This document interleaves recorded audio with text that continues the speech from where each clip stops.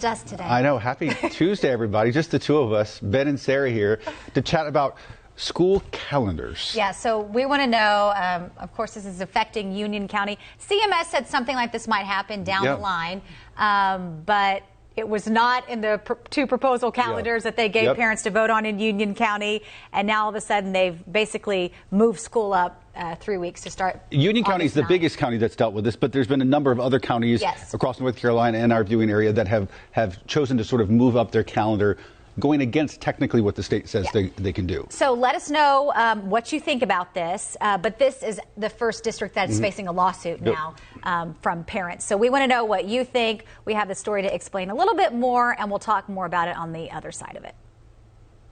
This morning, parents asking a judge to stop the earlier start to the Union County school calendar. Parents say students and business owners will feel the effects of an early start. She does many summer camps, and the shortening of the summer and the lack of notice of the change to the calendar is causing her business a severe financial hardship, because basically normally she would have classes the first 3 weeks of August. The school calendar law was heavily lobbied by the travel and tourism industry. A later start to the school year allows more tourism throughout the month of August. But now state leaders disagree with how the courts could rule.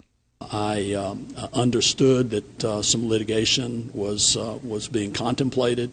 I think it's a fairly clear case that those efforts on the part of some local school systems should be enjoined by the courts. We'll see what judges do. But North Carolina House Speaker Tim Moore wants districts to have more of a say. I favor more flexibility for the local districts and for the parents to have input in that. So not sure what will happen with the lawsuit, but I think there ought to be greater flexibility. Some parents hoping the courts decide districts shouldn't choose which state laws it wants to follow.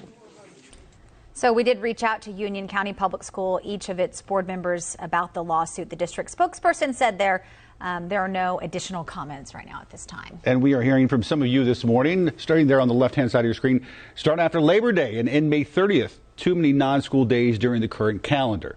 Someone else says, I think school should start after Labor Day as well. It doesn't make sense. School starts and then they go right back into a break. And then starting 3 weeks early is a start. I lived overseas. We went to school all year. We would get 2 weeks off for a break. There's a variety of different topics all within those three remarks. But the idea is, and you heard from, interestingly enough, two Republican lawmakers in that, Phil Berger, who heads up the Senate in Raleigh, and Tim Moore, who heads up the House, both Republicans who are taking a slightly different stand on the issue about whether or not local districts should have more control. Originally, you know, the school district said they were doing this especially to help high school students with testing, and so they wanted testing to happen before the Christmas break. Right now they're studying, doing their classes, and then having to come back and do the testing after Christmas break. So I have spoken to a lot of parents with older kids that say, yes, this is great. They can get their testing out of the way before the holiday break. But I think it just threw a lot of parents off, because Union County did send those two calendars out for parents to vote on, and this was not an option. And then all of a sudden they said, hey, you know, school's still going to get out June 9th, but we're going to now this summer start the first week of August. And so many parents had stuff planned in August. I have a friend whose husband's a Charlotte firefighter. They have to, you know, plan his days out a year in advance. They have their family vacation planned for August, so they're kind of like, oh my goodness. But the crazy thing with this now is that I know so many people that have readjusted their schedules, readjusted their calendars. A lot of summer camps release at the beginning of January, and parents, you guys know, those fill up like that. If you haven't signed up, you don't get a spot. So now, if for some reason with this lawsuit, if they goes back, I know. That leaves parents with like a whole month now where you're like, you were too late on the summer camps, you switched around things. You got to have some consistency. Joy chiming in and saying that this is a bad idea. It also, I think, probably doesn't settle well with some parents and some students out there as well when you hear that part of the rationale is because of the tourism industry. While we love and support the tourism industry and want it to flourish here in North Carolina, you do want school decisions to be made because of what's best for the kids. Yeah. I mean, that's sort of like a glaring issue, while also supporting the tourism industry, and we love them and want them to thrive.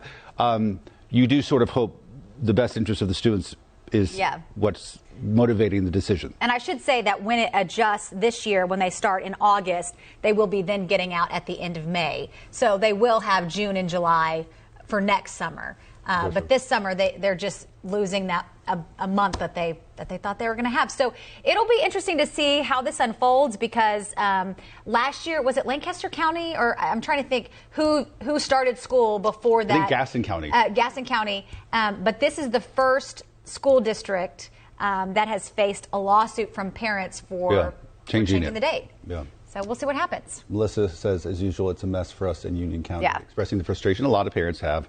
Thus the lawsuit we mentioned. Well, parents like to plan ahead.